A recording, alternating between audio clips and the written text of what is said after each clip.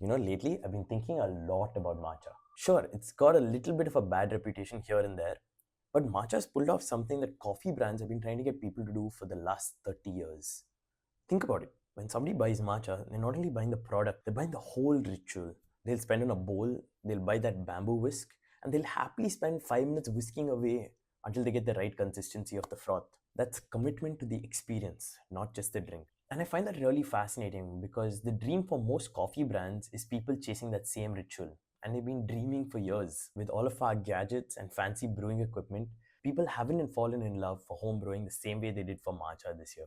Here's my two paisa on how matcha achieved this. Firstly, the simplicity of tools. With matcha, the entire ritual is built around just a few objects: a bowl, a whisk, and the matcha powder. It feels incredibly simple. Making coffee, on the other hand, involves so many expensive gadgets like a grinder, an espresso machine, a pour over. Secondly, and this is a more nuanced point, but the cultural backing behind matcha has its own significance. Matcha comes from centuries old Japanese tea ceremony where the process is the point. Coffee, on the other hand, for most of us, is a fuel. You need it quick and on the go. Only recently have we tried to turn it into an experience. So if you like interesting stories like this, stick around because next week we'll be talking about how coffee was introduced into India.